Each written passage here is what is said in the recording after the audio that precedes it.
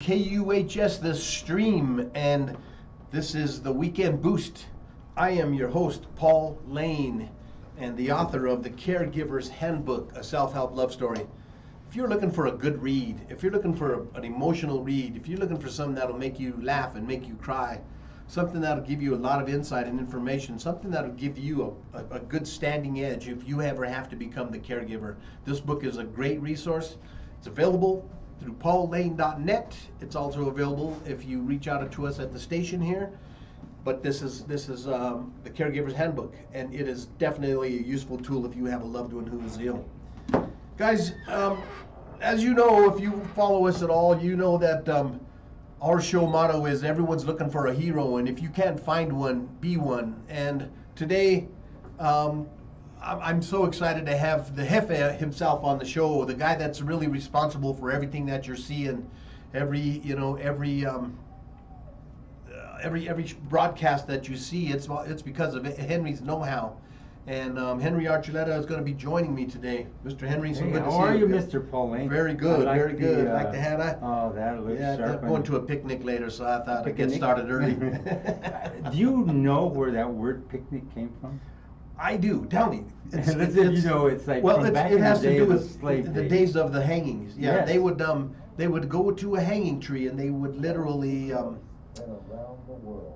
get the whole family together, and the whole family would go and get a basket with sandwiches and chicken, and they would have mashed potatoes and potato salad and all the goodies, and they would go out there and take their children and their family to sit and watch someone be lynched.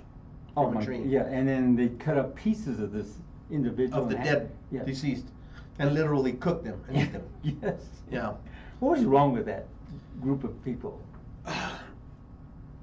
You know, Henry, I got to tell you, it's very Europe, deep. It's very ancient, yeah. And actually, people are starting to now find out about this thing called the Doctrine of Discovery. Yes. The Doctrine of Discovery was actually made in about 1491, 1492, right in the time when Columbus came.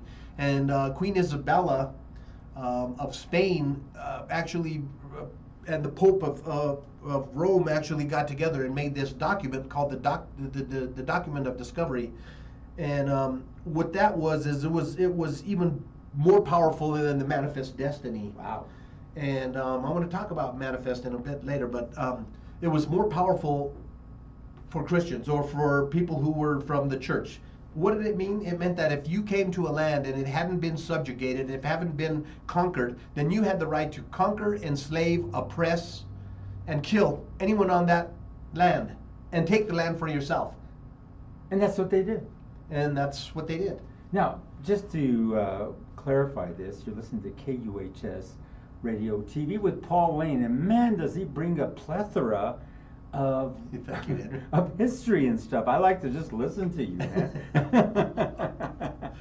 Yeah, how come they didn't have teachers like you in school? I was on the way here today, and I said, some people don't like me. Where? Because I tell the truth. Oh, you mean all that other stuff about politics and crap like that? Yeah, Middle East and Israel and all this.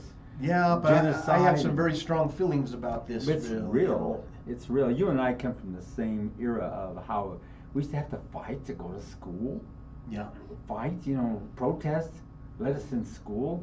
We used to have to fight and protest in the 60s just to vote. Mm-hmm. Who created this culture and who made it and then left us out? Yep. I always talk about the Chicano Latino population being left out. That's right, yeah. And I always talk about, my ancestors went to bed one night and they were Mexicanos, they were Mexican, and they woke up in the morning and they were American, gringos. But the problem then was the Mexicans, the Mexicanos, no longer regarded them as Mexicans, and the Americans did not regard them as Americans. Yeah. And so that tradition carries on today. And then they move the line and say, well, you're in Mexico, you're in the U.S., you're crossing the border.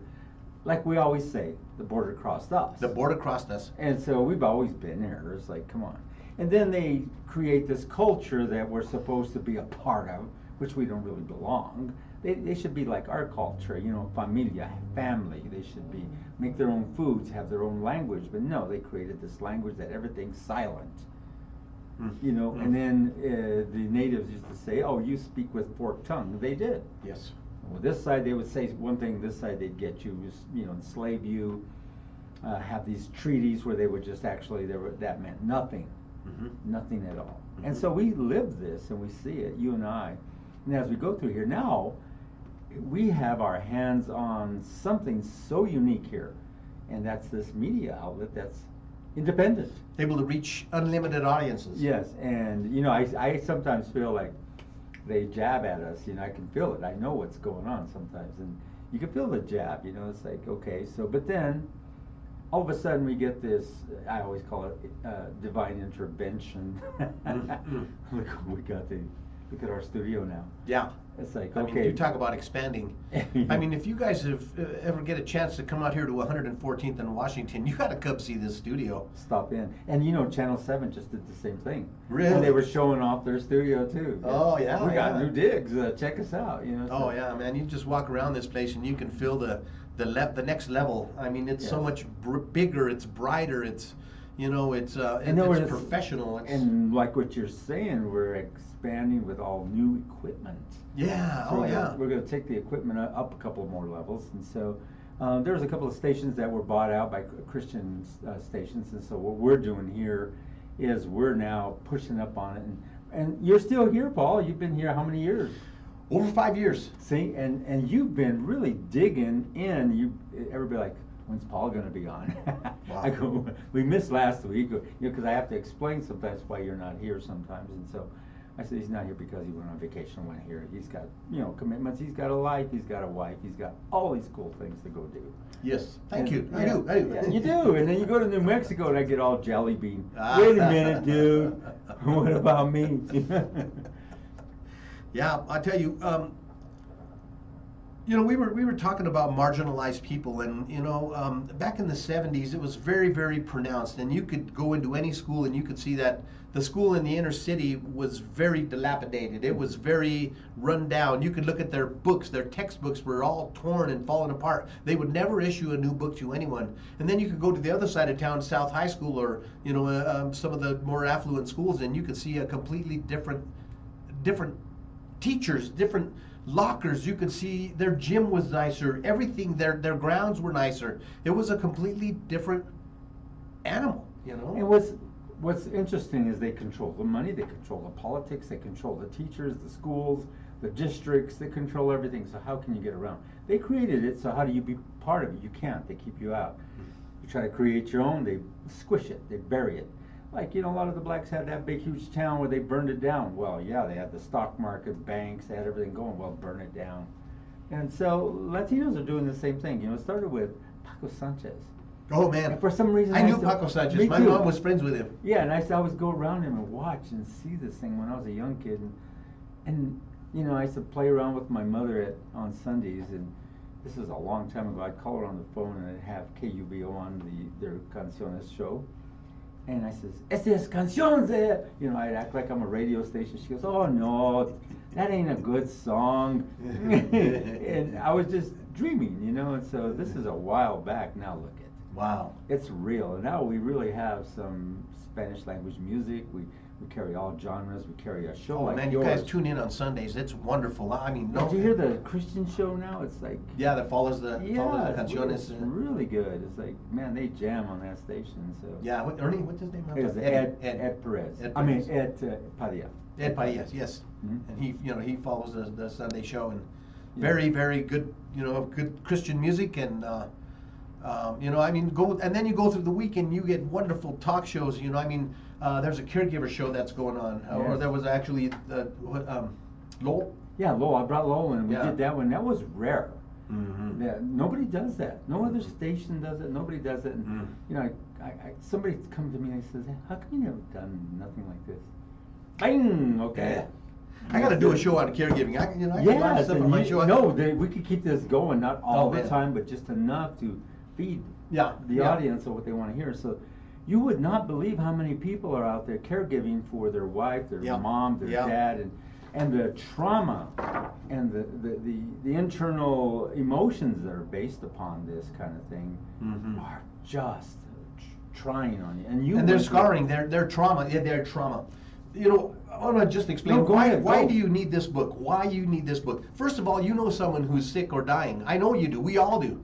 But the thing about it is, if you go through the book, there's breaks within each chapter, and there's little gray sections. And these little gray sections, what they do is basically it's what I learned, or what I really want to, in a nutshell, tell you about this chapter. And you know, when I was doing the editing, and Eli Biden, you know, the gentleman who did all my layout and graphics on my book, he really came up with this idea, and I loved it, because when you go through an experience, I mean, you're all jacked up, especially when it's a loved one who's dying. And then it's all said and done. You go, wow, man, I should have done this. I should have done that. I should have done that. That's exactly what I talk about in this book. What could you do better? How can you better manage, face, and accept the things that happen and are inevitable in your life? And you cannot really, until you're that person in that position, Oh. nobody can explain how traumatizing, how much emotion, how much it drains you physically, mentally, emotionally, until you're in that position. Now you can tell everybody about it, but until there, and then when they You become, have no idea. no Now, idea. people still come up and say, I know how you feel. Oh, no, you don't.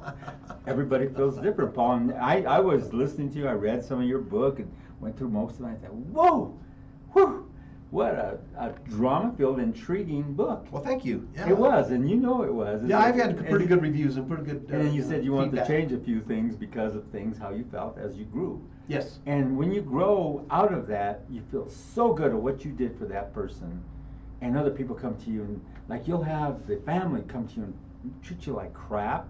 They'll tell you, you ain't doing this right, you ain't doing that right, but man, come and try it. Oh, I can't, I'm busy, I gotta work. It's always this Yep. story that they tell you. Boy, I remember when my first wife was in hospice, Henry, and nobody came. Nobody wanted to come. See, I would put it on, it was MySpace, not blast. MySpace back then, and I'd say, hey, the cancer's not contagious and she doesn't bite anymore. You know, I tried to throw a little humor. No one would come. How come? People are afraid. You know what? I didn't understand it at the time. I got really angry and bitter, Henry. That's what I'm saying, the bitterness sets in, Yeah, everything oh, sets yeah. in, and when the family is, you talk to the family, they treat you Where like, are you? Where are you? Yeah.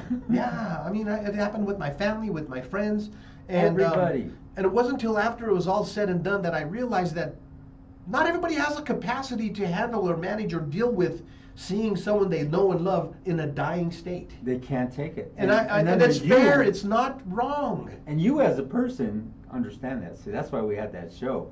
And Lowell has been through it. I've been through it. You've been through it. And some have been through it a lot longer. Like Yes. it goes years. It goes months. Mine was almost a year. You know, but It's an eternity. Oh, it's like, and it tears you up. And I was even asking my sister, please relieve me, just 1 day, 2 days. I can't. Oh take man, this." I get it. And there were, you know, you would also ask for the help, and nobody's going to come and help you.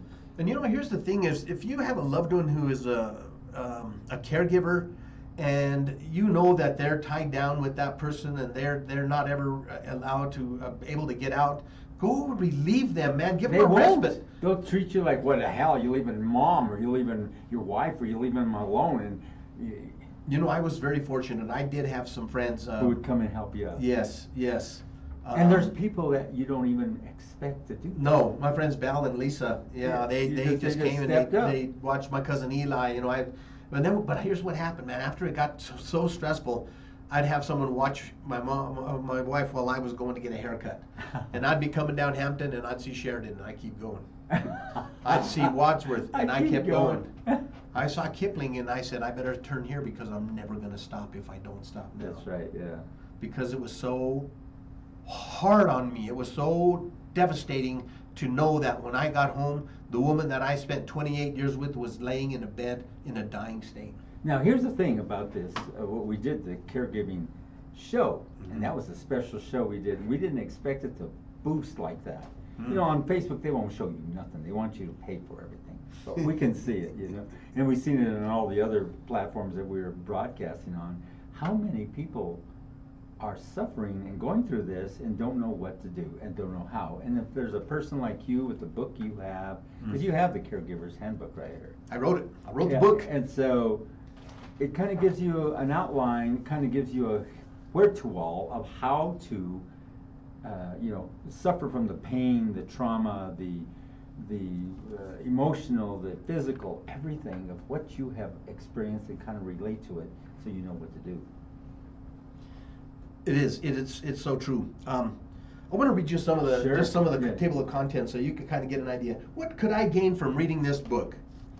So it starts out unforgettable birthday. You know, my wife had her first seizure on my daughter's 22nd birthday. She turned 40 yesterday. And it was an unforgettable birthday because that's the day my wife had the seizure, and that's the day our lives changed forever. Prognosis, surgery, waiting room, recovery. Man, I'll tell you what, recovery is something that we don't talk about. I'll tell you the other thing that people don't talk about, Henry, is quality of life. If you are going for a medical procedure regarding cancer, please make sure of all the questions you ask, there's two that I would tell you to ask. What questions should I be asking you that I'm not asking? That's right.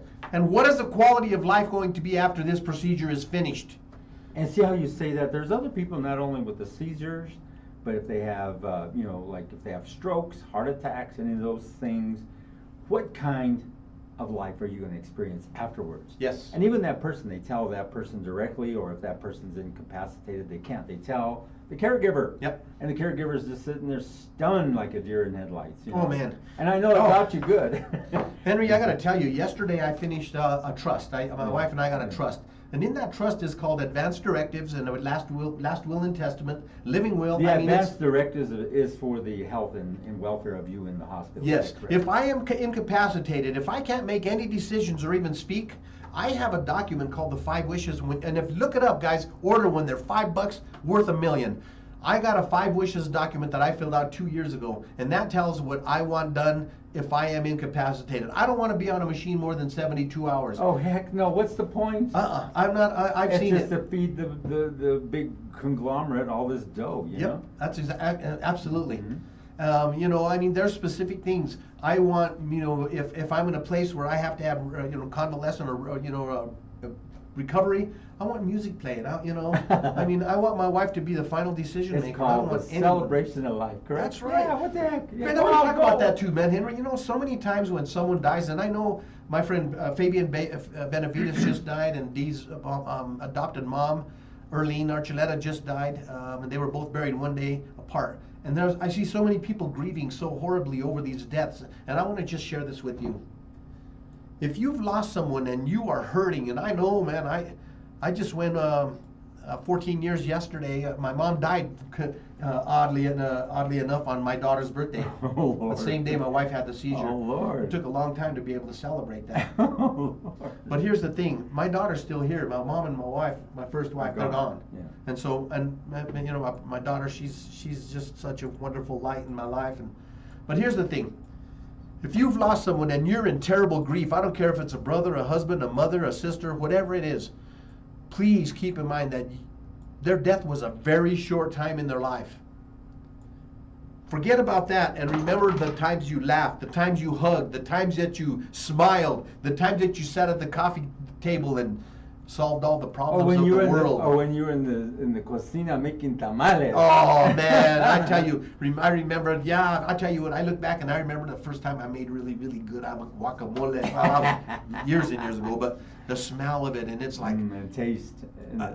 Now I think about when my wife would cut up the chili and she'd say, "Here, you taste it before I, make sure it's done." Of course, you will go get a tortilla or something. And you know what I think about? Oh yeah, when we were outside picking flowers and she picked all of the snapdragons thinking they were weeds, and I laugh because you know what? Yeah, I was 22 months and 11 days of hell. It really was. But there were 26 years before that were freaking wonderful. Years. See, and that's the thing. You can go through all these variations, and like you said, their death is so short-lived. It's like when they die, it's like only minutes. Wait, but you don't understand. I know what you're saying. You don't understand. I was there when my mom died. I was too. It was brutal. I like the way you said that. For the drama class one more time, bro. No, I don't understand. I don't understand. I hear that. You hear that so much. Or here's the other one. Call me if you need anything. Oh man, I tell you what, that was. Call me if I you need talk about those in this book.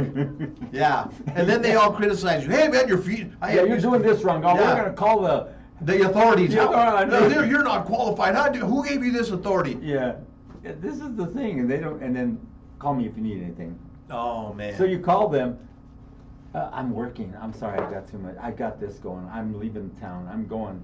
Yep. It's always something, and the caregiving I'm glad you brought this up today because we didn't have enough time in 1 hour to even touch on what we were talking about. It was so generalized, but we got a lot out.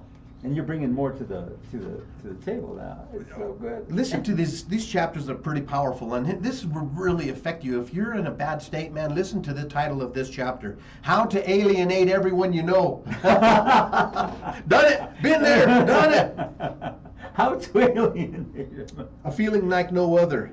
Have you been knocked down? What do you do now? Because I guarantee you, if you're going through this, like I said, you're going to get criticized, you're going to get beat up by all of your family, and you got to get up and keep going. Then all of a sudden, there's this hatred between you and the family. Like division, yeah. Yeah, division of the family, and aunts, uncles sometimes. Oh, everybody gets involved, but you're at fault. Yeah. And you're there suffering through the trauma, through the intrigue, through the variations of caregiving. My wife's family, after her death, hates me so much to this day that when my father-in-law died, they excluded me from the obituary. Oh my God. You hurt me so bad, but you know what? Oh. I got to take some responsibility for that. So me, you know what? I did some things that I regret. If I could have, guys, if there's any of you listening, I want you to know that if I would have had any sense at all, I would have had that headstone say, precious wife, mother, sister, and daughter. I regret that, but I can't change it. But I want you to know I'm sorry. You have such grace and formality of this. You're not afraid to go ahead and put what should be, and that makes you stand tall with your head up. And you know, with this book and just listening to you when you first brought it to me, it's been a while. It's been over 12 years. Yeah, and you told me all about this. I was just like stunned, because I can relate to you. Yeah. And we relate to each other real well. So yeah. And as you told me about this story, I just looked at you like, wow, you might gotta check out my book, and you were just bringing it out. Yeah. And it was so intriguing of what you went through. And there's a lot of people who go through, but it's their own particular world of what they experience. Every person, even if you have the same illness, goes through a completely different experience. So even the person who had a brother or sister or spouse who had the exact same experience, lived the same number of days, you can't say, I know how you feel. At all. You can't. No, because it's just, we're all different. Yes. We're all built different, but yet how you interpret, what's your interpretation of what you're seeing on your spouse, your loved one, your mom, your dad, whoever's dying, but you're the caregiver of this individual, yet everybody's telling you what you should do, what you're doing wrong, you don't have the right letters, they'll call the authorities on you. They'll do all this wild, crazy shit without considering anything about you, as if you don't exist. It's like their brother's dying and they say, why does everything always happen to me? I'm sorry, man, but that's a sad truth, man. That's a sad reality. Listen to some of these other chapters. I really do. I haven't promoted the book, and you know what? This is a book that you need to read. I talk about brain tumors, brain cancers, the stepchild of all cancers.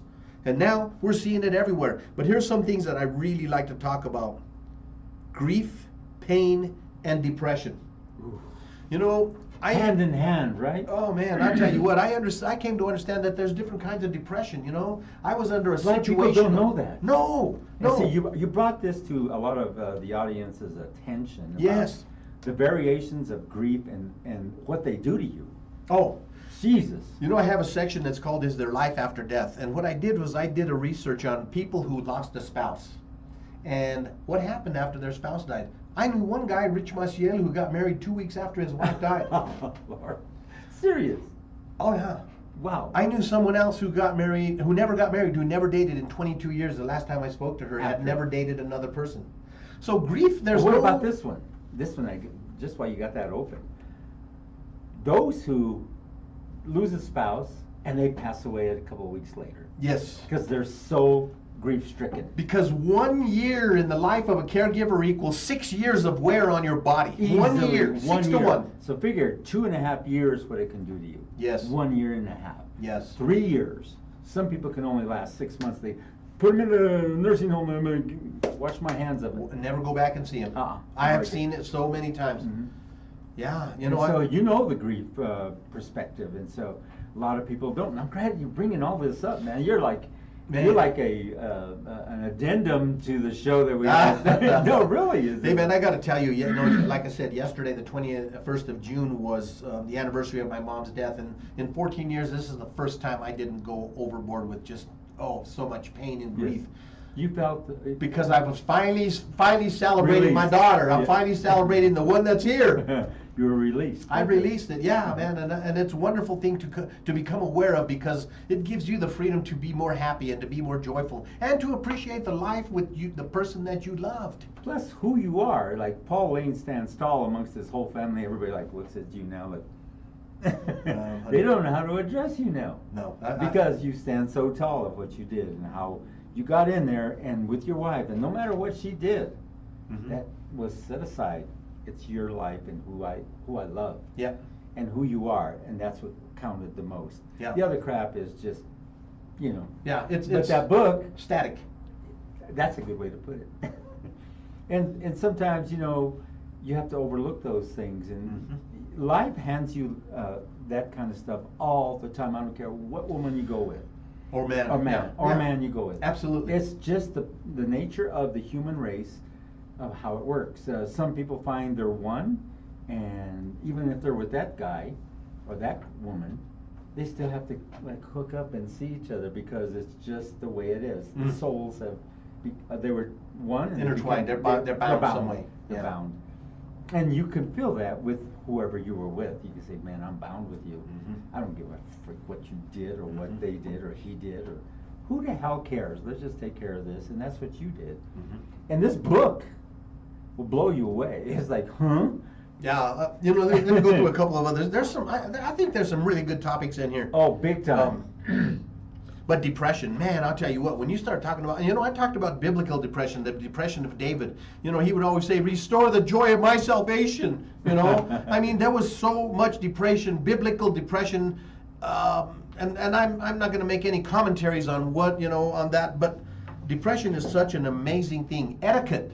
There's a right way and a wrong way to be around someone who's ill. I mean, who's a caregiver. That's another thing. Oh, you're really hitting on all cylinders. What the hell? You should also, well, we should continue this on. Like I said, the caregiver show was such a hit. I just thought it was going to be a one-time special, but it was such a hit. And you are like a wealth, like a plethora of what you're bringing. No, really, you are. It's like, listen to this. Oh, go ahead. No, please. good. No, I'm with you. So this is some of the things that I'm talking about when I talk about etiquette. Keep your word. Hey, I'll be there Saturday, and then you don't show up. You know what? When you're sitting there with someone you're tied to them almost literally, and you can't get away, and someone said they're going to be here, you sit by that window like a puppy all day Saturday, waiting.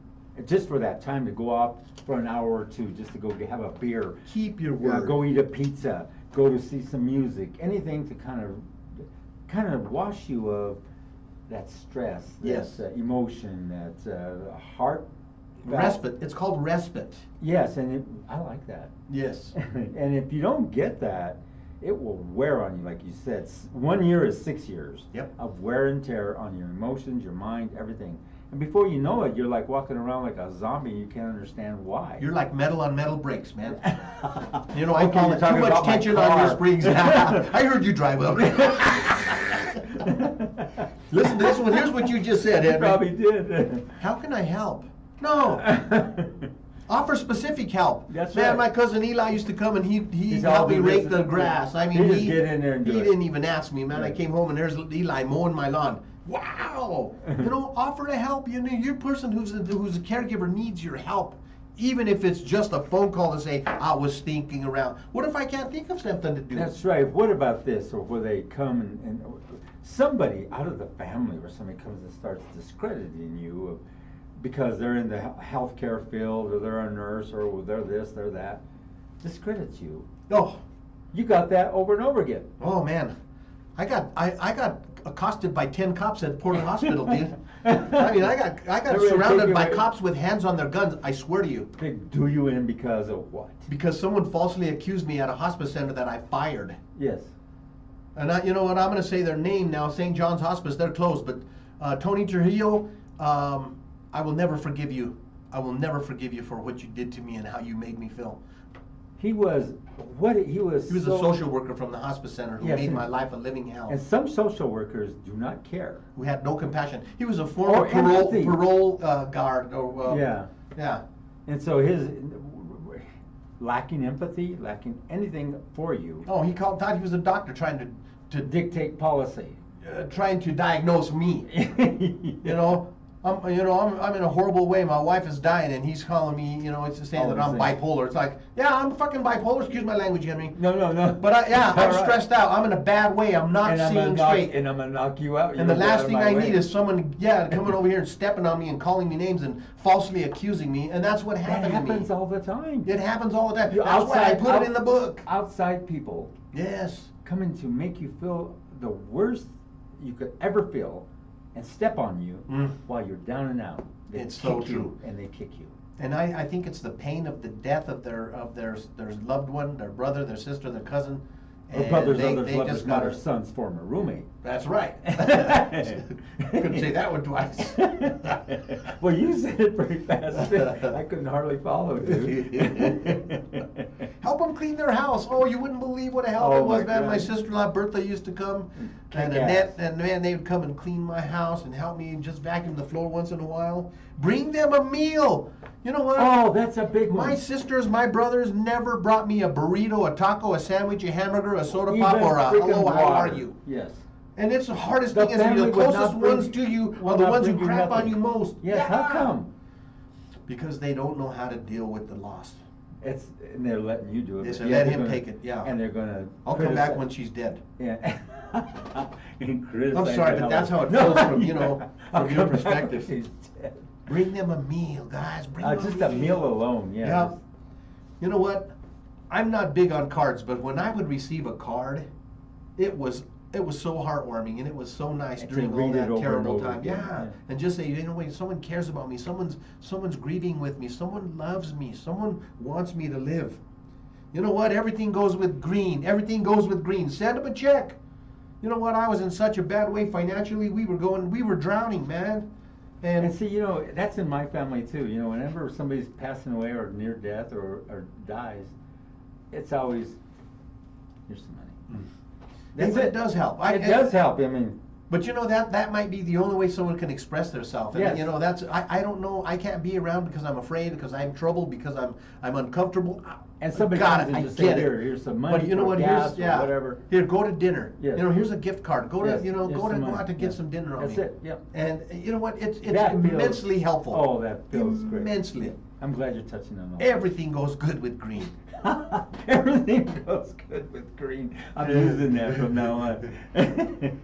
Keep the knickknacks. Oh my gosh, Rita's hospice room was filled with snowflakes and snow globes and teddy bears and hearts and crosses, and it was so much stuff. I had to have 2 boxes to carry it all out. Keep the knickknacks. Honestly, we were so hurting for financially. We needed help financially. The green. Yeah, everything goes with green, you know. And don't get me wrong, we're very grateful for the gifts. No, They're but, thoughtful. but yes, that could have been, like some people would just come and bring flowers. That alone, what, 20, 25 bucks? Yeah, 15, 20 bucks, yeah. Hand that to me in green. Yeah. What, the person's dying, you can't see nothing. You know, this one's really, really important because one of the things that we do when we go visit someone who's dying is we talk. And they're sitting there going, just shut up, just shut up. But they're dying, you know, they don't want to. Usually when people are dying, they have this dignity. Oh, just shut up, I'm Just dying. shut up. How you doing? I'm dying. No, but you know what? There's a thing called silence that's golden, man. Hey, Paul, this is some funny stuff. I'm dying. I remember I'm my dying. Theo Ishmael, man, all of his grandkids were in the room, and when his little Yeah. grandson come in, he goes, "Hi, Grandpa!" We were all there, you know, in his last day of his life, Yeah. minutes within his death. "Hi, Grandpa, how you doing?" He goes, "I'm dying." Everybody in the room bust out laughing, man. I'm dying. I'm dying. Silence is golden. If you don't know what to say, just sit with them, hold their hand, or just sit there. Sit there with them, like you said, holding their hand or Hold touching their them. hand. Yeah, that's Oh, it. That's all you gotta absolutely. do. Absolutely. Or what if they're in a coma? That's okay. They still feel you. You know, Chris Liagino, my friend, he's been I on the remember show many times. He's a mystic. We still use his. Oh yeah, his commercial. Yeah, I hear him all the time. But Chris Miagino is not only one of my heroes, but he's a mentor of mine, and he talks to people who are in comas, and he has them manipulate lights in the hospital room. Yeah. Or like he had a friend who was a police officer, and all the cops' radios started clicking, popping, and it was like, hey man, you better stop it, or we're going to tell a story about when you did this, you know. And so he gets everything working. if someone is in a coma, man, you can speak to them, and they do hear you. See, the thing about life, and you know it as well as I do, we're speaking right here. That's just vibrations of what you hear, but you make it out to be words, and you make it out to be a certain tonal value that you hear from me. In the process of when you're under or you're in a coma, they can feel the vibration. They can feel and that's what you're talking about right now. And see, we know about that. I've known about that forever. You know that you can communicate with people. Sometimes you can do it without even speaking. Without words. The vibration alone of you being present. Yep. Will send them your energies, and they know it. And they sense it. They can feel it. They can feel it. Absolutely. And you can do electrocardiograms, or you can do all this, and you can see that their spirit calms down, or their spirit gets up. Yeah. And you can see they get agitated, they start kicking, or there's something that you can see it, sense it. Yeah. They'll squeeze your hand, or a tear come to their eye. So many things. Yeah. Exactly right. Leave the kids at home, guys. If you're going to visit somebody who's dying, the last thing they want to do is babysit your damn kid. Paul, where are you getting this stuff out? I've lived it, man. I lived it. Leave the kids at home. You know, kids are great. Kids are wonderful. But if they're unruly, or if they're hyperactive, or if they're just too excitable, leave them home. You know what I sense here, Paul? I sense that you took a look at that caregiving show, and you said to yourself, you probably told your wife this. You probably said, "There's so much I can offer that show," and you brought it here today, didn't you? Because he's got so much value here for those listening. And we said we're going to just talk about whatever, but this whatever is so important. Yes. Especially from your book, what you went through. But there's some drama and intrigue in this book. We won't let them. I'm going to give you a little touch on it, but we're not going to say nothing. I guarantee you, if you read through 10 pages of this book and don't cry, you didn't read through 10 pages of this book. That's right. And it is touching. And, you know, I had my wife read it, I had other people read it, and they're like, is this real? Wow. It's as real can get. He took notes, he put it all together. And there's a few areas that he had to readjust to try to make it fit how he felt. But you really put it across well in this book. Well, thank you, Henry. Didn't you? I mean, I never dreamed I would write a book, Henry. I know, that's what you never dreamed. Yeah, it's like this started out as a blog. You know, I was a MySpace blog. Every day, yeah. And people started writing me and saying, "Man, we read you every day, and you know, don't stop." And man, our whole family reads it together. And, you know.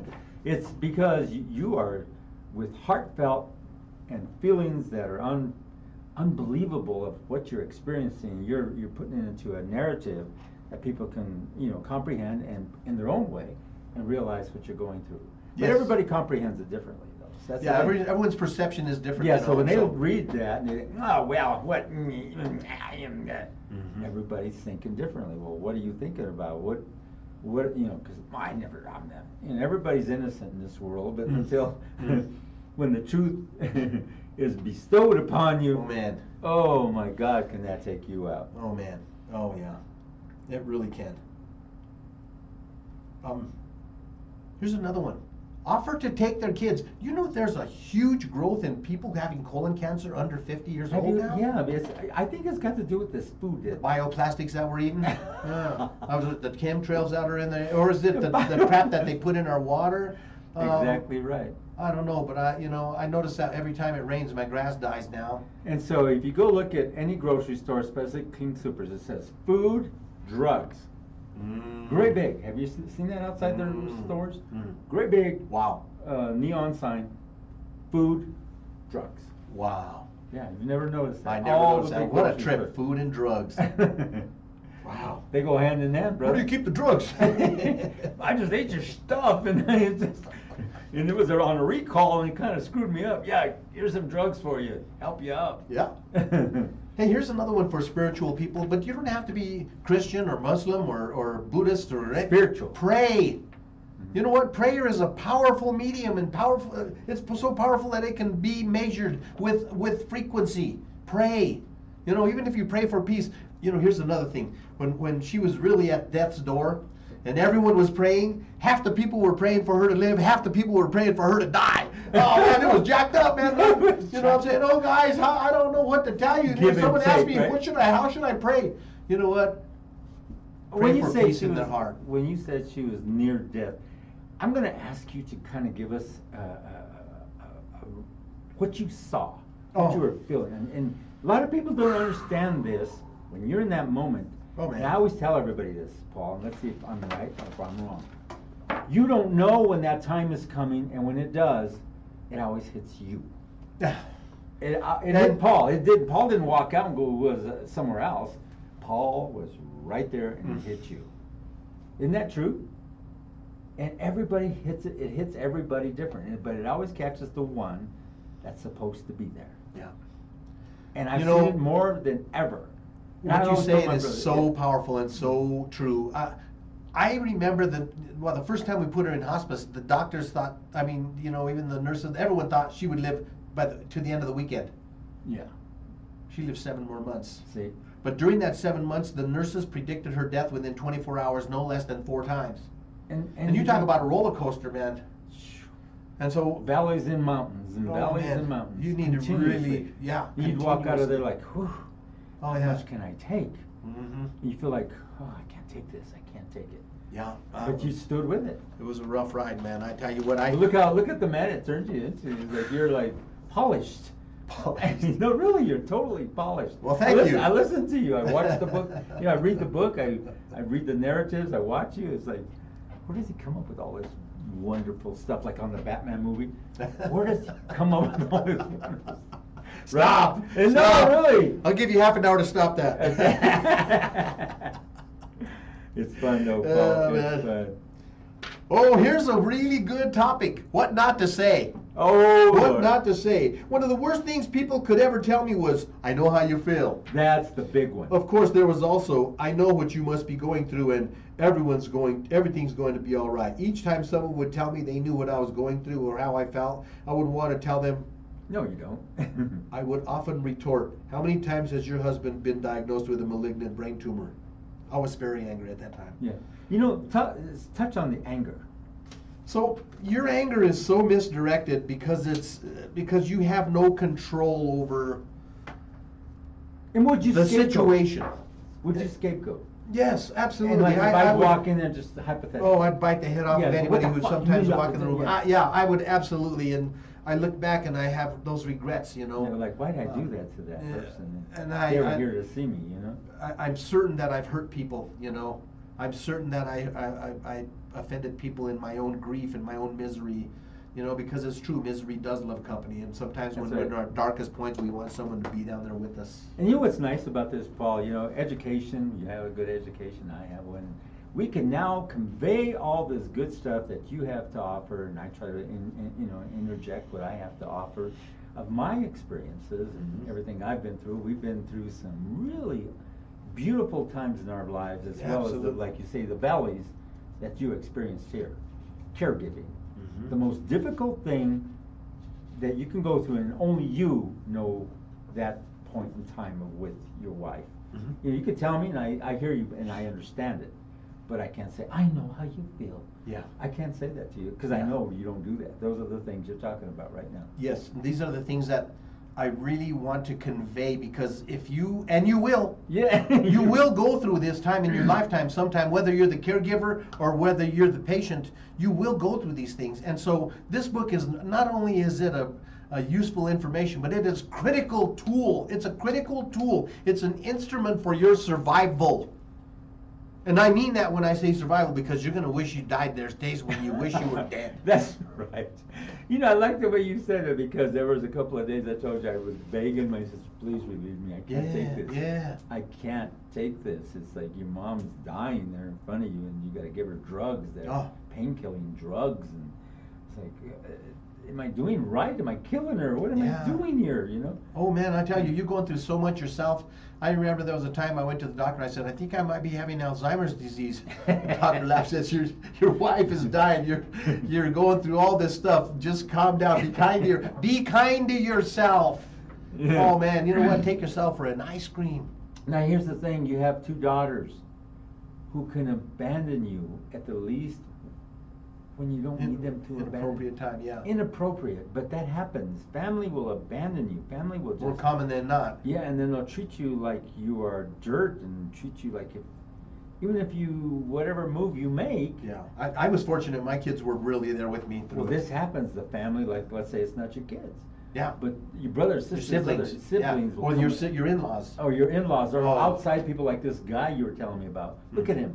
Mm-hmm. He wanted to smash you for some odd reason. You Yeah. know, to see how much you could take. Yeah. And you're ready to take on the entire Lakewood police force, right? Oh man. I was sitting in a waiting room in Porter Hospital, typing on a computer, and I looked up and I thought they were going somewhere else, and then I saw them coming around me. Surrounding you. And I looked up and they were all 6 foot, you know. Yeah, they're they always were- in the big giant ones, yeah. And Henry, they picked me up. I said, I'm unarmed, because man, I don't know what they're capable of. Yeah, I know. I'm unarmed, and they picked me up literally, and the guy grabbed my socks and pulled them down. Why? And he held me up because he's searching my socks for a weapon because someone accused me of wanting to kill my wife. I was combing her hair, you know, prior to Right. all this happening. But I mean, they went through my briefcase, they went through my pockets, they almost cavity searched me. Jeez. Then they detained me for 45 minutes at Denver Police Department. I tell you what, I trembled every time I saw a cop for the next year after that. Because of the way they It are. traumatized me. Yeah. And then they took her from me for 7 days without cause. And I really should have sued them. I should have sued Porter Hospital. I should have sued St. John's Hospice. I look back and man, if you have a hospice center who is treating your loved one like crap, get him the heck out of there, man. Quickly. You're the boss, not Quickly, them. yes. Quickly. Yeah. Mhm. But be prepared for ramifications because they don't like that, man. No, you know, there's all these variables, and Lowell touched on that hospice places, there's all these variables of hospices, of where they rate and how good they are.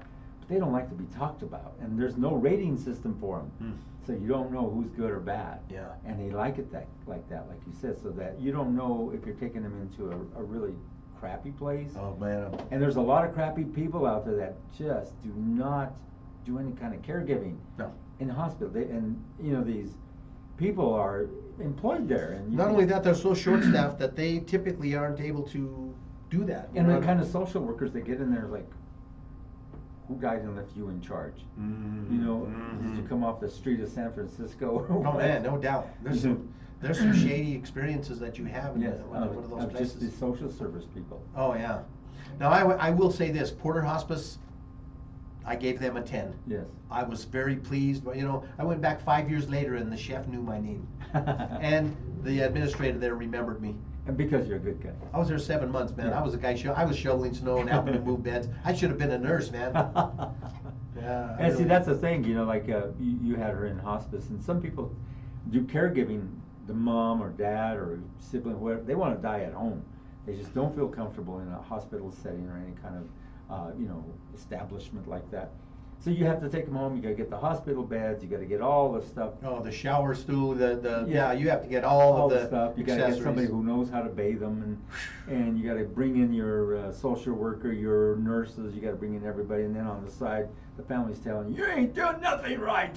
Mm-hmm. You're a wreck. Oh man, and that's so common. It is so common, and it's really hurtful when you're the one that's left standing after the person dies. Yeah, but the thing is, you can stand tall, Paul. You can say, yeah.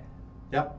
Look how good you feel. I took care of her till her last breath, and she was cared for. She was loved. I have a video of a nurse walking into the room and saying, "I've never seen a man love a woman like this man." See, this loved is what I was woman." telling you, how you did something so gallant and good. And there's It wasn't my choice. And then, other people go through it, but only you felt it. But in your heart, you feel good. When you went to the funeral services, you're at the funeral services standing tall, feeling good. You know what you did. Thank you. Right? I do. And there's a lot of people who need this kind of talk on this. With KUHS, we're trying to give it best we can to you with all these different variables. Like with Paul Lane, he brings you his side. We have Dr. Lowell bringing his side. I had my own side, but we decided that this is the kind of subject that should be talked about more because there's not a lot of it out there. Nowhere. Wow. Yeah, there really isn't. I have to say. Who's doing the shows? Yeah. I don't see any shows like this. Yeah. I've learned that most men are asses. I'm a feminist, man, and this book, writing this book, really exposed me to the reality that men are asses. Men are selfish. Men are, when a man gets a cold, he's on the verge of death, and he's watching his wife take chemotherapy and saying, "Oh, come on, you can do that. You can handle it." Yeah. I've seen so many men leave their wives when they go into death and illness. I have seen men. Well, I was one of them. I grew up without a dad. And my mom, Thanksgiving, here I talk about it in the book, Thanksgiving, guess what? All the women would be in the kitchen peeling, cooking potatoes, cooking the turkey. Where were the men or the boys? They were in the front room watching football. Drinking beer. Or outside playing catch, drinking beer. Yeah. What happened after Thanksgiving dinner was over? All the women went in the kitchen and all the men, baloney!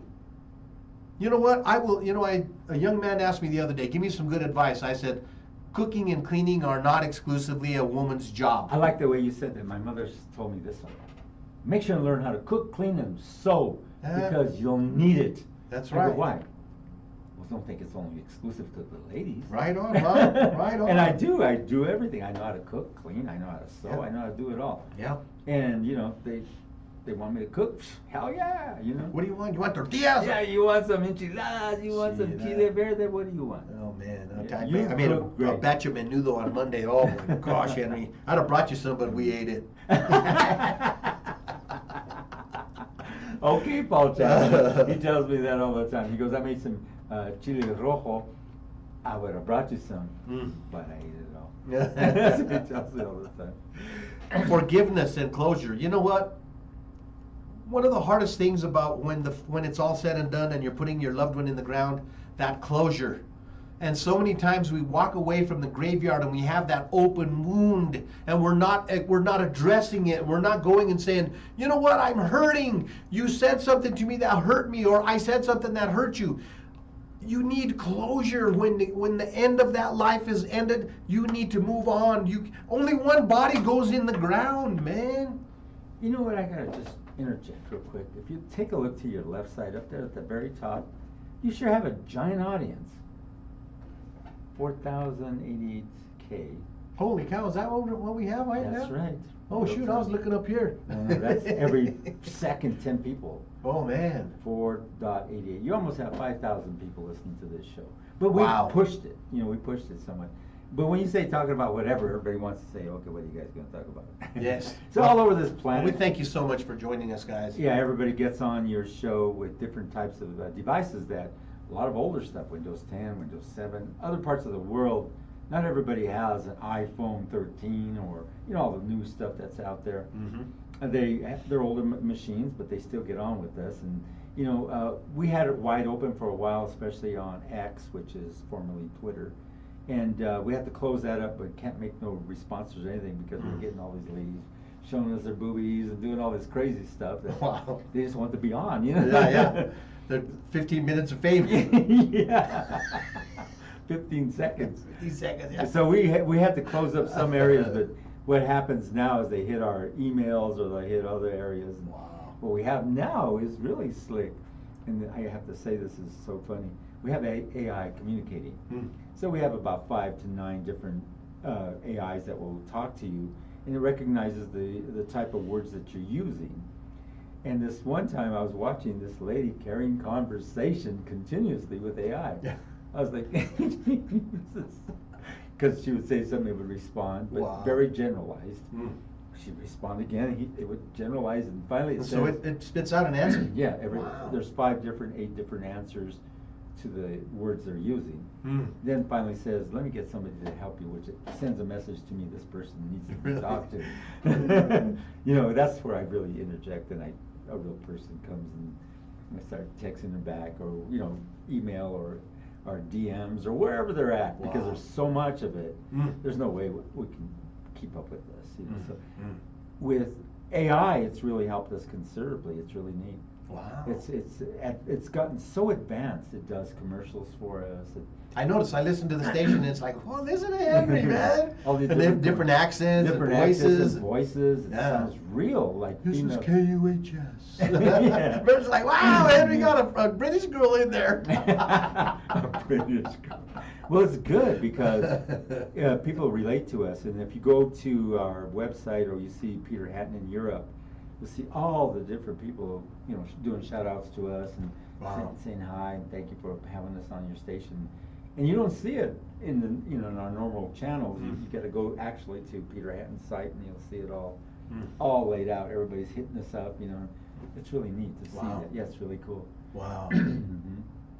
Yeah, I tell you what, KUHS is a resource that you don't. It's very, very. I think it's too unknown right now. It needs to be in every. It has to be on your radio. It has to be on your headset. It has to be. I mean, you got to listen to KUHS. There's always something to hear. Always something to listen. And then the music, we've been changing. We've been getting these submissions for music from Platinum Delivery, which is coming from the big artists now. So they're giving us all the latest and the greatest music that they have. And we're getting it first, and I think, whoa, this is really interesting. Yeah, no kidding. We get the music first, and I hear it later, about a week later on another station, and whoa, we already have that song. So on the head of the curve. On the head of the curve, which wow.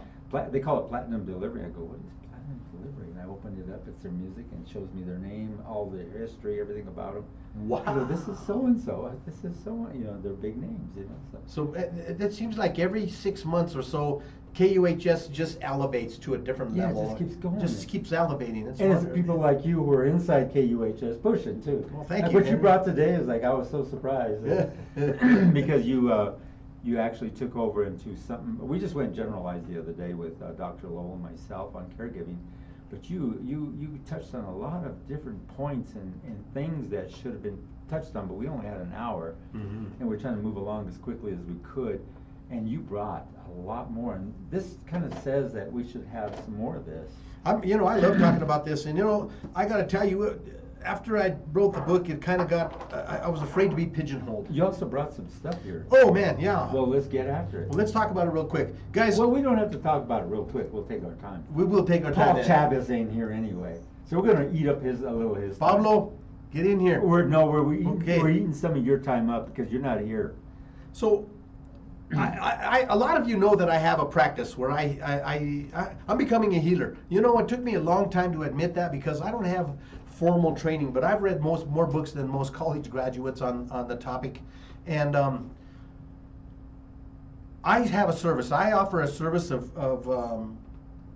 I guarantee you that when you're done, you will look better, you will feel better, or have a better sense of well-being. I guarantee it 100%, and it's $60 a session.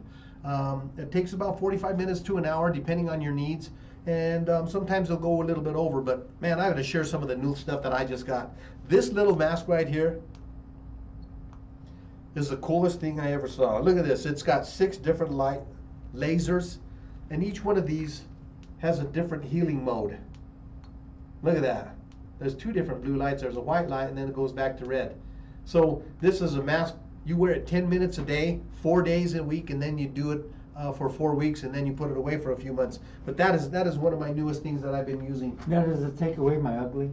It's good for wrinkles. Man, Henry, you ain't got no ugly on you. You're a stud, man. Here, Henry, put this on. Put it on full blast. I talk a little bit about tuning forks, but I don't really spend a lot of time. But this is one of my tuning forks, and I'm sure you can hear that. And I can barely hear it when it's by my ear, but this thing goes on. I have these are medical grade tuning forks, and what they do is I have you lay on your back on my massage table, and I use these on each one of your chakra centers, and I help align and balance your body. Why is that important? Because every day when you're out, you gotta be balanced, and whether it's decision making or whether it's turning left at the red light or a green light, you have to be on it, and you have to be centered, you have to be balanced, and that's exactly what we do. More and more people are getting away from medicine. We know that there's so many side effects. When you watch a commercial, there's so many side effects listed for every ailment. It's about 20 side effects for the one thing that's going to fix. And it's like, it'll help you with your stomach ache, Yeah. but it can cause your your ears lymphoma. Lymphoma, your ear to fall off. Yeah. It'll cause gastric upset. It'll cause seizures. It'll cause cancer. It'll cause lymphoma. It'll cause death. Oily discharge. Oh, that was an old one. I never forgot it. An oily discharge. I do that already in my Depends. They call him Grampy Drippy. So I got to tell you, Grampy Drippy, I'm using that, brother. I have become more and more excited about herbal, I'm going to call it medicine, alternative medicine. And I'm going to give you some recommendations, guys. Go pick up some of these. I got this one at Sprouts, Natural Grocers. Burdock root. Every man should be on burdock root. You got to get on burdock root tea.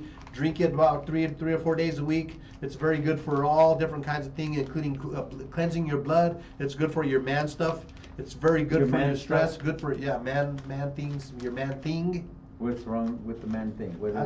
That's not why I drink it. Actually, I have this because I have a lot of people with blood issues. But yeah, it's very good for stamina. It's for very erections? Good for erection. Yes. Yes. And the erection's coming up in November. No, not that erection. The erection, not the erection.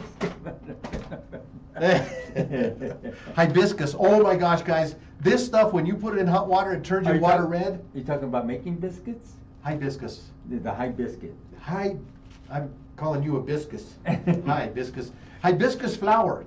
This stuff is so good. It's really good for blood pressure. It's really good for sleep. It's really good because it tastes good. It's really, really good for your blood. How do you put it together? I just put some in a little pouch. Yeah, I bought a bunch of tea bags, but I have tea steepers. Oh, okay. I'll put about a tablespoon for Do you crush it or just? No, I just put it in just like that. Let's see. But it's really good. Smell that. It doesn't smell great, but you can open that up. If you have diabetes, if you have cholesterol issues, if you have high blood pressure, I'm telling you, every person in America should be on this product right here. Dandelion root. Dandelion. And I've heard about this because a lot of people would tell me, don't mess with those dandelions, let me have them. Mm-hmm. That one's not open there. Oh, okay. But yeah, man, I'll tell you what, this will balance out blood sugar. Yeah, people don't know that. The most powerful medicine, we put weed killer on it. Yes, and that shit kills you. And it kills you. Yeah. And you can use every part of the dandelion. This happens to be the root. You can use the leaves. You can eat them. You can even make the flowers. You can put the flowers in with honey, and you can eat them. You can fry them with batter. You can make tea with them. You can make wine with them. I mean, there's 1,000 uses. But dandelion tea, you need to get yourself on this. And that's why it grows, and it's trying to tell you the earth is trying to give it to you, but you're over there putting all this stuff what's the name of that company that? Monsanto, Bayer. Yeah. Bayer Monsanto. And they made that stuff that you spray all over. Glyphosate, yeah. And it's in every cereal. I don't care if you like Wheaties, if you like Cheerios, Why if you put like. It in there? Well, they're spraying the crops. They're spraying the crops because they're saying, well, it's more efficient for the farmers because then they don't have to worry about these being drought resistant or these, the bugs don't like these because we make them taste bad. And so guess who pays the price? Yeah.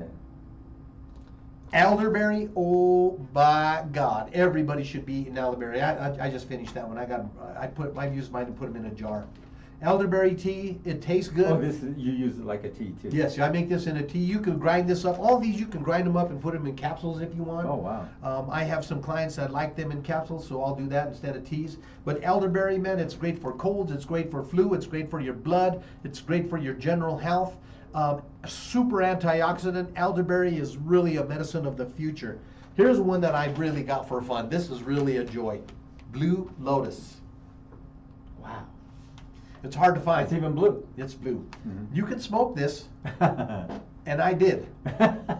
Everybody knows me. I'm a marijuana. Since I was 11 years old. I ain't but it's changing. Good stuff now. Back in our day, they put you in prison. Oh yeah. Now you can. You don't go to prison for a joint. And all those that are still in prison for their joints. But 20 years for a joint. Yeah. And soon, hopefully, they're going to reclassify it as no longer a Schedule 1. And so why do they have to stay in prison? It's racism, Henry. It's racism. It's manipulation of the system. That's why we have 25% of the world's incarcerated population in the United States of America. And it's mainly blacks and Hispanics, design. And poor Caucasians. Even the laws were restructured to be skewed against people who were black and brown and poor white. But lotus flower makes a wonderful tea. excellent for sleep. If you like lucid dreaming, get you some passion flower and some lotus. Oh man, Lucid it's wonderful. dreaming, I like that. Yeah, if you like to have some really dreams where you're really involved in them. Now here's a couple of things. My cousin Ruriana just became a curandera. I'm so proud of her. Her new name is woman who teaches plant medicine. But she makes this ointment. It's a salve. This one is with a bunch of different healing herbs in it. I rub it on my joints. I rub it on my knees. CBD too. Huh? And it's got CBD. Yeah, it's really good. She uses wild lettuce. Oh wow. Wild lettuce is that giant dandelion you see. Yeah. You take that stuff and it's more powerful than opium, Henry. Wow. Now, this stuff right here, this is when I talk about a medicine cabinet, I'm talking about something at a different level. You know, I've been collecting medical or herbal encyclopedias since 1994, so I have a pretty good collection. But one of the things I've started making, Henry, is tinctures. The what? Tinctures and extracts. For example, this is my last one I want to talk about. I take mullein. Mullein is what they call Indian toilet paper. It's in every field. You find it all over. But you take mullein. Why did you say Indian toilet paper? That's what we called it when we were kids. Why? Because it's very soft and velvety. And can you really use it for that? I'm afraid to try. But I might try. I was just afraid to crap in the field. Like, I'm sorry, Andrew, crap, but shitting, it's all cotton, man. Yes. But I got to tell you something. I got to tell you a mullein story. I give this to smokers. Well, I sell it. It's $10. But you opened it, right? Yeah, I opened it. Okay, I had this overfilled yesterday. That's a big eyedropper right there. I did this with a glass of water. But you take 3 eyedroppers of this a day with your allergies, man. I tell you what. Last night I did that before bed. I slept like a baby. Yeah. No moco. I did. I slept so good last night. Moco. It was wonderful. You know, I don't know if you ever heard of soursop. Soursop is a miraculous plant. And I buy soursop, and I take it and I put it in a jar, and I put olive oil in it or alcohol in it. I think this one is alcohol. But soursop is really wonderful for, again, diabetics, people with blood issues, people with cancer. There's people who believe that soursop cures cancer. But they want to give you Ozempic for This is for 1,000 educational purposes only, but they want to give you Ozempic. For 1,000 bills. Yep. And they want to give you things that they can patent. Yeah. But you know what? They can't patent this. But I guarantee you, man, it's going to make you feel better, live better, or have a better sense of well-being.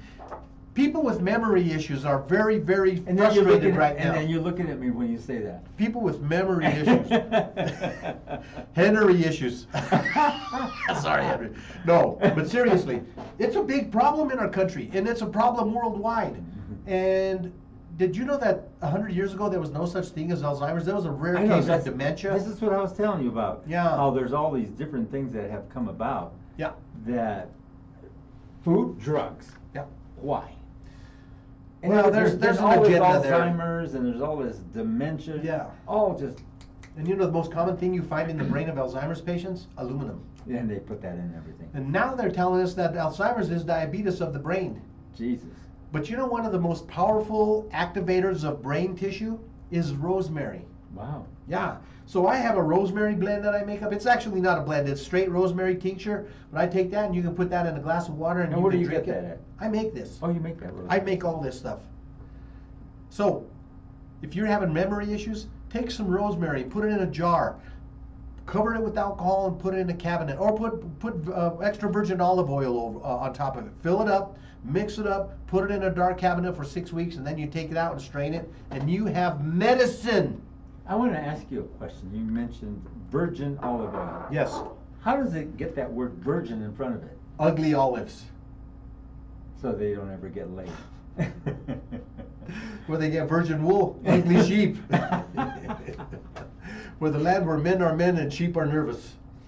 So, I don't know how they get that from. That's a good way to talk on this show because that makes it real. You know you're watching live. Hey, I'll tell you what.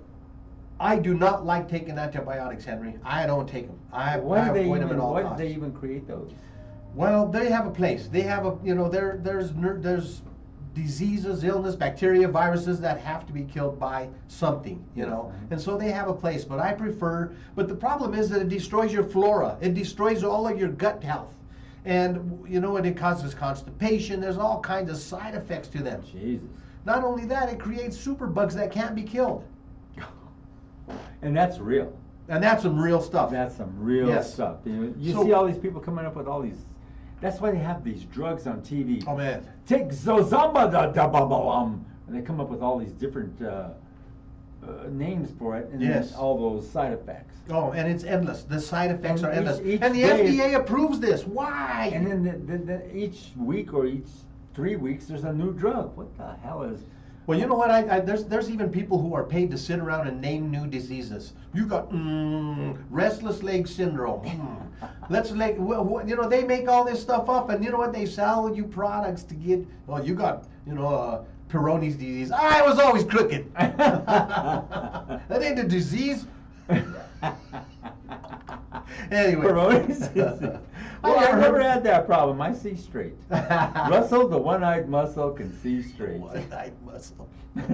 You get us started, Paul, and it goes Let me haywire. tell you, before he gets us in trouble. I love coming on. I love having you on, Henry. Well, check it out, though. Let me tell you about this. I got my drugs that I take for my heart, and I read it off. It's like you're summoning the demons. Oh yeah. X-Lax, make a nigga, make Yeah. a mega digga. Oh yeah, you can't even pronounce it. It's And I do. I go through it, and it sounds like you're summoning the demons. Wow. It does. Wow. I ought to do that one day. Just bring it on and read it off to you one after another. Oh yeah, I believe it. Art thanking thee. It's like, whoo.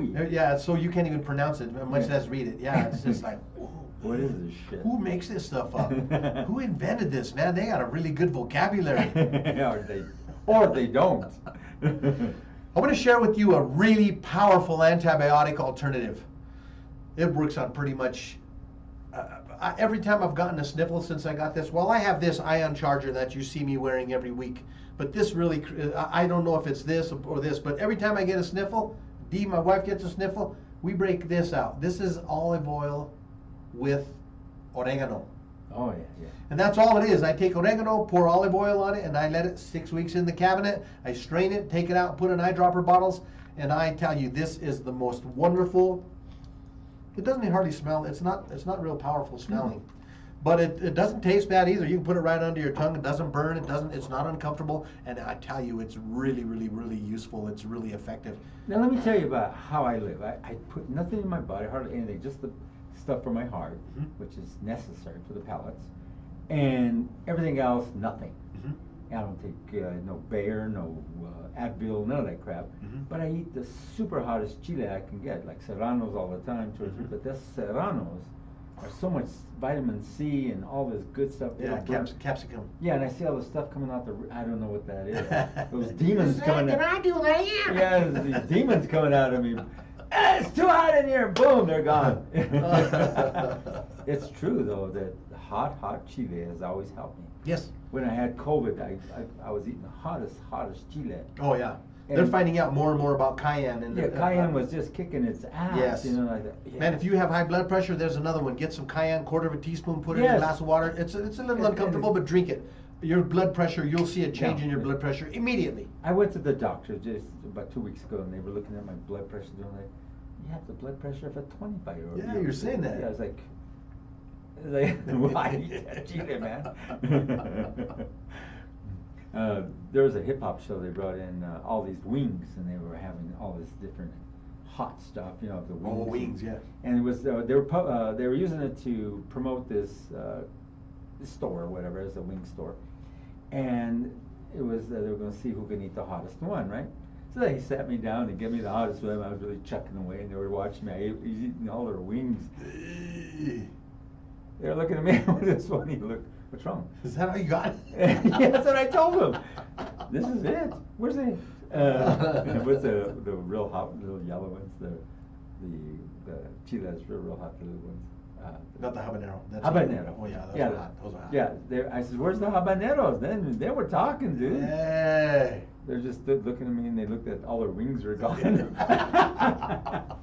I was and they still brag about it. They go, yeah. Well, I eat it all the time, so Yeah, it's like. yeah. And then I was also going to tell you that pepper spray doesn't affect me. Really? Yeah. There's very few. There's few people out there that pepper spray won't affect you. Wow. And so they were testing it on me one time, and they had me all in this white stuff. They did everybody's falling. They go. Need salt. Wow. Wow. It does not affect me. Really? Yeah, you can spray me with pepper spray on me. It get my eyes a little red, but it doesn't affect me. Wow, that's amazing. Isn't that cool? Yeah, that is cool. Yeah. I'm like that with skunks. Cops. What you doing, bro? Put it on my burrito, hijo de carnicero. Right? Cop would freak out. Oh, bad. The things that are in the chilies, like you said, capsicum. capsaicin. Capsaicin. Capsaicin, yeah. Yes. And just like you said, the different types and how it is and what it does, that's really good for you. Very powerful, yes. Yes, and it'll take care of a lot. Yeah, and it'll take care of a lot of things. You don't believe it. It's because it's hot and it blisters inside. It does not mean that it's hurting you. It's just eating everything else up inside there. Yeah, I'll tell you, it's really good. The other thing we do is, we don't do it consistently. I really should. Was we chew on a couple of cloves a day, about 4 cloves. Oh, do you really? Yeah, just chew them up. Yeah. Because clove is a powerful herb that has a lot of benefits. They use especially cloves for your heart. on turkeys and chickens and stuff like. Don't they to cook with or hams? Oh yeah. Is that right? Mm-hmm. And I was always wondering, why do you put cloves on a ham? And I didn't get it. Well, that's part of making it digest and it breaks down that ham and makes it more flavorful, real flavor, digestible. Yeah, and digestible. Mm-hmm. Because ham is really not good for you, but when you eat it with the cloves all inside of it, it makes it digestible, like you said. Yes. Yes. And so foods also are being altered nowadays, like you said. They spray the fields and the cows go eat all that junk. And oh my gosh, Henry. Yeah, and so then they got the stupid thing called free-range chickens. Well, what do you mean free-range chickens? Well, they don't sit in there and just making eggs. Yeah, they're all 1,000 in a small little hole, but they're free-ranging. I don't know. They're free-range. Yeah. What do they mean? What do they mean? Well, they got cage-free, and then they got free-range, and then they got farm-raised, and it's like, oh man, I don't know. Then they got Henry's chickens in the backyard. He's getting his own eggs. You know what we do, Henry, is we go through the grocery store now so much differently than I used to. Yeah, that's another thing that you got to do. Everything. You use your high-tech device to scan and do a lot of things to figure out what's in that stuff, because even in especially the cereals, like you say, in certain areas, they're putting so much junk. Even the cheeses are like fake. Everything is like so. Yeah. Unless you pay a lot of money for the good stuff. Yep. If you go down the chip aisle, everything on the left side of the chip aisle at King Soopers is bioengineered. Every single item from one end to the back. And it's crazy what it is. You know what I mean? Yeah. You think to yourself, what is going on here? And so, yep. If you're eating canola oil, sunflower seed oil, vegetable oil, all the oils that you're eating in your potato chips, in your French fries, and all your food, that is inflammatory. That is not helping your health. It is not doing anything good for you. I'm getting away from the canola oils as much as I can. The canola oil, yeah. Like we have a nutritionist in here, and her name is Nikki, and she really touches on a lot of things. Now she was touching up on age and what you eat and why you look the way you do at a certain age. And so she says, I could tell by what you eat how you look. I go, huh? And it's true. You see some people, they're barely walking. They got their oxygen. And yeah. How old are you? I'm 58.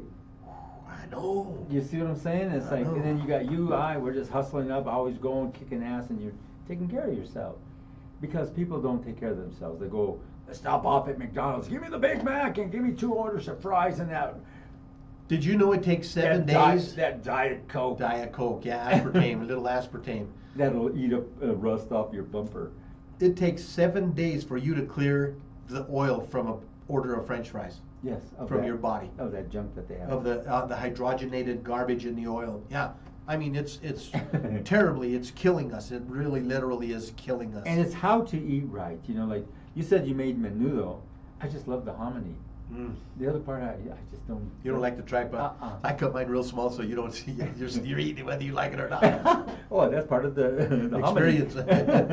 Yeah, I chop up my. No, I'll eat it. Don't get me wrong, but very little. But Yeah. I love the hominy. I don't know, something about that hominy with that taste. Mm-hmm. And with some hot, red chile in there. Some oregano, some Yes, lemon, yes. or some cebolla. Whoa, Almost as go. Oh my gosh! I should have made 2 batches. See, but I ate it all.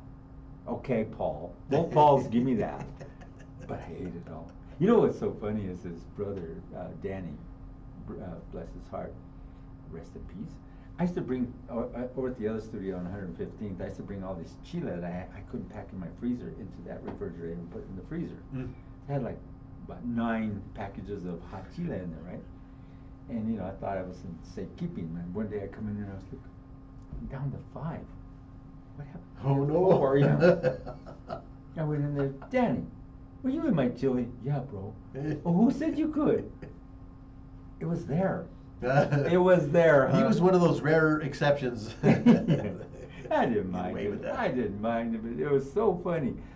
Oh, bro, that chili's good. Yeah. Because you go buy, because you can go buy the hot, the XXX hot, or whatever. But I would just buy the hot. I wouldn't go too hot, because some people can't eat it, and the females like it hot, but not extra hot. So I like it really hot. But he would always make the chile. He invited me over to his place. And, so where'd you get the chile, bro? Yeah, so chile. There's all these behind the scene things. It's like, okay, dude, why are you taking my chile?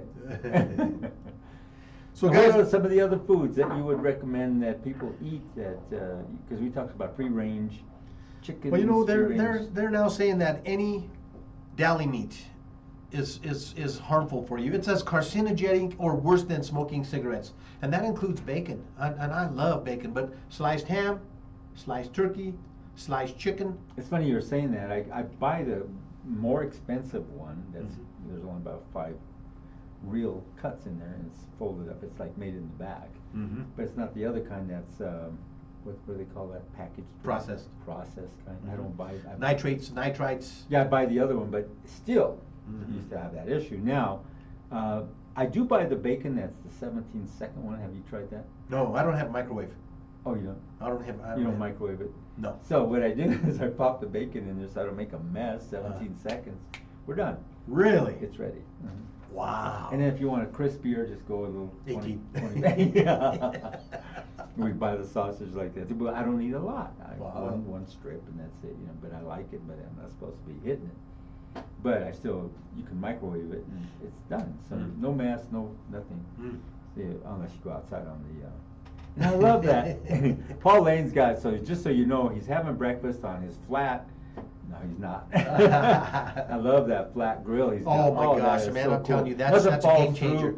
Nothing falls through. It's like a restaurant. Just like restaurant, man. Hash browns like you never had. Jalapenos and onions. Yeah. And roast them up and just, quick I was and sitting easy. there salivating looking at that. I said, Jesus. Because I used to own a restaurant at one point. We used to have several of those. And we'd always use them. Especially anything. Pancakes. Oh, yeah. Anything. You can just fried eggs, man. And easy to clean. Yep. Easy to maintain. Just put some hot water on it, scrape it off, and you're ready. Oil it up. Yeah. You can, if you put it on hot, and you just put the stuff on there, it just cleans itself practically. You just wipe it off. And man, that looks neat. That's really, and for you to get that, and you're over there teasing everybody. Hey, check it out. Yeah, I tell you, we've been. Come on, Paul, dude. I'm sorry. You should see the stuff I don't put on. I did a couple of chuck steaks yesterday on the smoker on the big green egg. Yeah. Oh man, that's another one that's a game changer. Now, what do you think about meats and stuff for your health, about doing meats and stuff? Because I don't eat a lot of meat, and everybody says, the doctors all say, even Nikki says it to me, you got to eat some red meat. I do, but I'm not a meat eater. I'm more of a plant eater. I love anything plant-based, like straight out, like cauliflower, carrots, anything like that. I can go grab me a bunch of radishes and eat them straight, Oh man, yeah. I just love to just eat that. Yeah, we just picked all the radishes, got a big old bag. We ate ate that whole bag. And you chop them up. Oh yeah. The other thing I love is cucumber salad. We made one a couple of days ago. Dee made one that was so good. Tomatoes, red onions, radishes, of course, cucumber, a little bit of Miracle Whip, a little bit of vinegar, mix it all Mix up it with up, some butter and some dill. We And got some you fresh ate the dill. whole thing and just left her a little bit there, right? Yeah, man, well, she made a batch, I'm telling you, because she knows if she doesn't. And you got she that will- little garden that's real stuff. Yeah, we like to grow it in our can when we can. And so that was good. Some of the foods, you know, they're saying that every kind of meat has something in it, some carcinogen of some kind. Pretty much everything we're eating these days is It's full of stuff. sticking right? with vegetables and fruits is really your best bet. Organic is even better. There's so many dietary, you know, things. We've added fiber to our diet because we know that there's statistics that show that people who add fiber get less colon cancer. People who add fiber who had colon cancer don't get colon cancer again.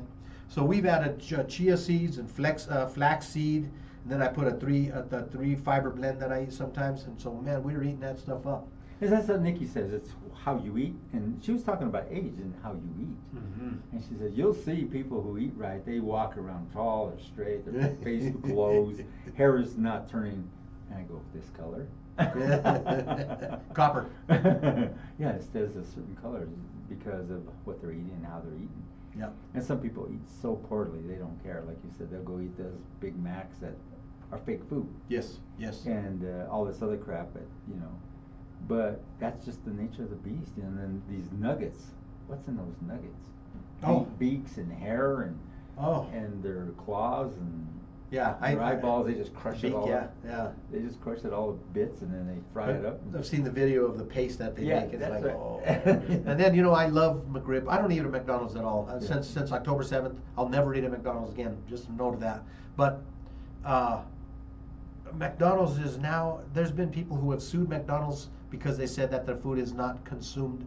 It's not food. It's not food It's at not, all. it's fake, yeah. Yeah, you can take a hamburger from McDonald's and you can set it in the outside, and it will never turn moldy. You can put it on the counter; it will never get moldy. And the ants or the bugs and nothing won't eat it. won't Nothing. eat it. Just like margarine. You know, margarine's 1 molecule away from plastic. Yeah, and so I mean, we're eating. they always food put that is- word on it. It's almost butter. What's that I word? can't believe it's not butter. Well, it's not. You think it's butter, but it's not. Wait. It's hydrogenated oil. It's gaga. It's gaga. It's gaga.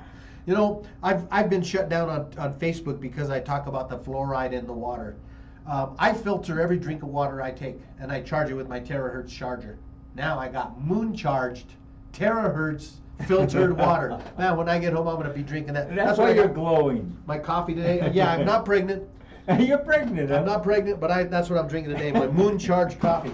You're a moonshine coffee. Moonshine coffee. And I'll tell you what, it doesn't taste any better, but like I feel it just going into me. It just feels good, and I visualize it going in and filling up all my bloodstream and energizing me, and I visualize it creating stem cells. I do, Henry.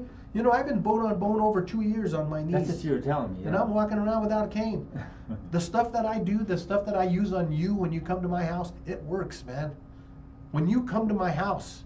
Oh, you're for using services. the holy water on me when I go to your house. I'm feeling me belly, bummy, dummy, billy, and his Eskimos. And then I go, now you're a pile of shit. No, man, I tell you, you come in, Henry, you'll be amazed at how the gifts that I've been given. You know, I'm getting a healing touch. I've been studying curanderos, I've been studying shamans, Chinese healers, and I'm learning how to use my hands to heal. And I mean, It's working. I can get my hands so hot that people say, "What is that?" You know? And it's a gift that I've been given, and it's a gift that I want to share. Call me. Go to paullane.net, schedule an appointment, schedule a session. It's $50 the first one, $60 thereafter. I guarantee all my sessions. You know, I never really talk a lot about this book, and I really should, because I really believe it's a wonderful, useful, powerful tool that can change your life. So, guys, it's called The Caregiver's Handbook, a Self-Help Love Story. Go to paullane.net. You can get it on Amazon as an ebook. It's not available as a hardcover. But, guys, get this book in your hands, because every one of us at some time will be the caregiver or the patient. Well, Paul, it's been real. It's been fun. I gave you an extra 30 minutes. Man, so Henry, we can thank eat you up so much. Paul Chavez's time. I know, Paul, man, I'm sorry. I'm glad I hope you're having a good day. Yeah, because we certainly did in your time. Yes, man. Thank you, guys. Thank you so much for your time. I know it's precious and valuable, and I know you could be doing 1,000 other things. I want to ask you before I go, are there any guests that you'd like to see? Message me. Is there any topic you'd like to discuss? Message me. I want to be the best host that I can to serve you, to give you information that's useful, that you can take and chew on and you can digest and you can call back and disagree with. But really, guys, this is the Weekend Boost. I'm so humbled that you're here with us. I'm so grateful and thankful that you're here. I hope you have a wonderful day. The first day of summer was yesterday. Let this be the best summer you ever had. Everybody's looking for a hero. This one right here he's a hero. He's a community leader. He's just a businessman. He's someone who's really making strides and changes in the community. Henry, I love you, man. Thank you. I like that. Keep that going. How much do I owe you after the show? He's going to give me 20 minutes to stop that. Good looking, too. So with that being said, thank you for being a part of KUHS Denver, and we'll see you all next time. Yeah, next time.